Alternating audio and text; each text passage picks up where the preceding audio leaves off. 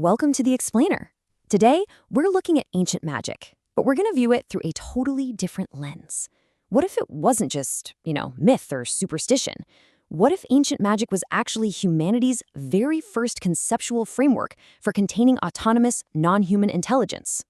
Let's dive right into this and see exactly how our ancestors tried to lock away the absolute chaos of the universe. Take the ring from me, take it off, and bring me not before Solomon. Just listen to the absolute terror in that ancient plea. That is the demon Ornias, literally screaming to be released from the power of a magical ring. This visceral, raw fear perfectly highlights just how powerful this ancient containment system was supposed to be. I mean, it wasn't just a symbol on a page, right? To the people of the ancient world, this was an inescapable prison. So the big question we have to ask ourselves here is how exactly did an ancient king build a foolproof prison for these autonomous, non-human intelligences? Well, to get there, we need to completely reframe the mythological story of King Solomon. We can't look at it as a fairy tale. Instead, think of it as a massive, complex technological problem. We're talking about the management and containment of rogue, chaotic agents that constantly threaten human order. Okay, Section 1, the ancient containment problem. Now, before we actually meet these rogue entities, we really need to redefine a crucial term, the grimoire. Forget the Hollywood idea of a spooky spellbook. In the context of our sources, you should really think of a grimoire as a manual of repeatable, esoteric technology.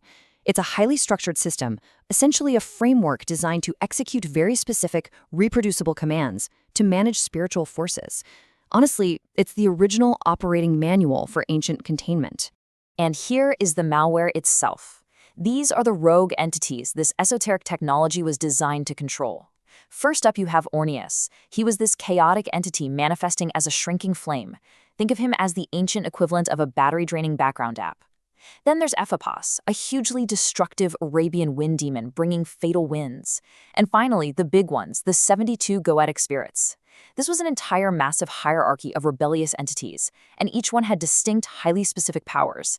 Everything from destroying whole cities to discovering hidden treasures. We're constantly contrasting the raw, unpredictable chaos of these entities against the desperate human need for a rigid rule-based structure to govern them. Which brings us to Section 2, the vessel of brass. The ancient text, known as the Testament of Solomon, provides some incredibly visceral anecdotes of this containment actually in action. And the wild part? Solomon didn't just banish these forces. No, he put them to work. He used his authority to force these demons to literally construct the temple of God. Remember that wind demon, Ephippas? He was trapped inside a skin bottle. Ornias, that quivering flame, was bound by a seal and forced to hew giant stones. This chaotic energy was captured, contained, and entirely rerouted for a specific human purpose. But dealing with the ultimate threat, the 72 Goetic spirits and their legions, Solomon required the ultimate hardware. According to the grimoire known as the Lesser Key of Solomon, the king used a physical vessel made of solid brass to shut away these entities. He basically created the world's very first divine prison for non-human intelligence.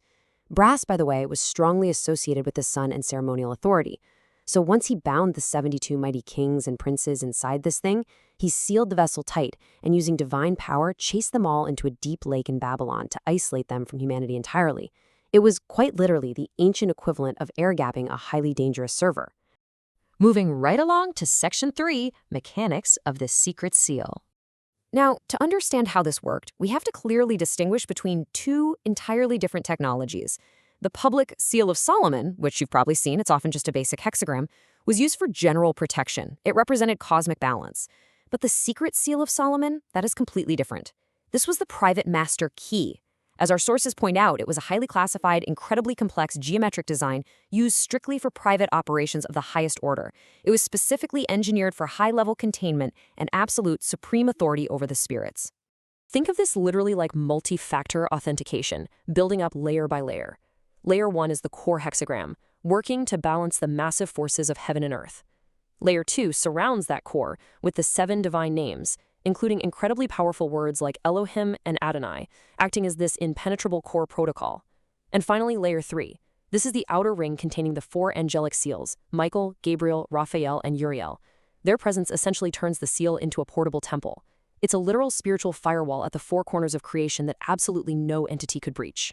Looking at the complex layouts that mirror these geometric inscriptions found in esoteric manuscripts, a crucial point emerges here. It's an absolute marvel of ancient encryption logic. The practitioner, the person using this, doesn't use this secret seal to actually communicate with the entities. Not at all. They display it as an absolute emblem of master authority. According to the text, no Goetic spirit can even resist the sight of it. It instantly compels obedience and forces them right back into containment. It is a total command override, functioning as the ultimate prototype for modern security encryption. All right, Section 4, Open Sourcing the Miracle. Let's track how Solomon's private code was essentially open-sourced across the centuries, because this is fascinating. Back in the 1st to 5th centuries, the Testament of Solomon presented all of this as a unique divine gift meant for one single king. But skip ahead to the 10th and 13th centuries, and texts like the Picatrix were translating Arabic astral magic into Latin, spreading these highly guarded concepts right across Europe. Before it ever reached the common folk, this was a repeatable technology heavily utilized by ecclesiastical elites and the state. By the 17th century, the Lemma had fully systematized this into a massive catalog of 72 seals. And jumping all the way to the modern era, in traditions like Hoodoo in North America, we see these grand secret symbols being utilized as printed petition seals for everyday folk magic. So eventually, the massive shift went from king to state to commoner. The democratization of the 72 seals turned what was once considered a singular divine miracle into a fully repeatable technology for the masses.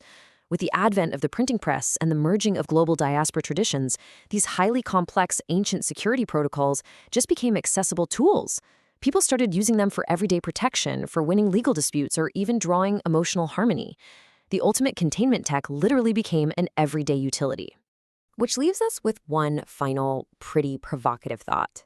How do our ancestors' ancient attempts to bind chaotic spirits mirror our modern race to align and contain artificial intelligence? When you really think about it, we are still trying to build vessels of brass. We're still desperately searching for the perfect encrypted seal to ensure that the autonomous, non-human entities we summon remain perfectly aligned with our will and, don't destroy us. The technology itself has completely changed, sure, but the fundamental human anxiety and that exact conceptual framework of containment, it remains exactly the same. Thank you so much for joining me on this explainer, and I'll catch you next time.